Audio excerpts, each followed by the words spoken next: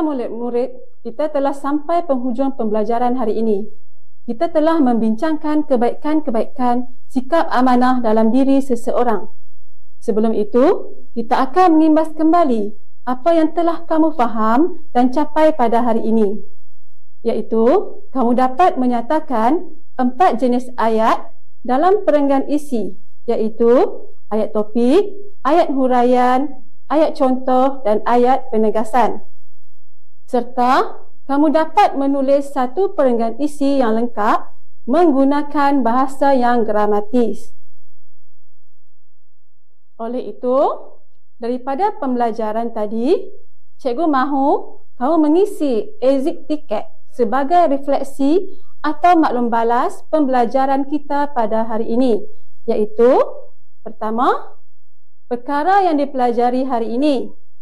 Yang kedua, perkara yang menarik dalam pelajaran hari ini.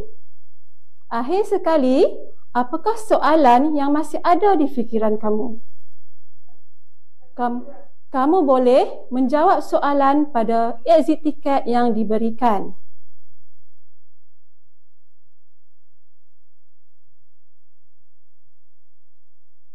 Satu lagi yang cikgu ingin tekankan, nilai murni dalam pembelajaran kita. Salah satunya ialah sikap amanah bukan sahaja penting dalam kehidupan seharian.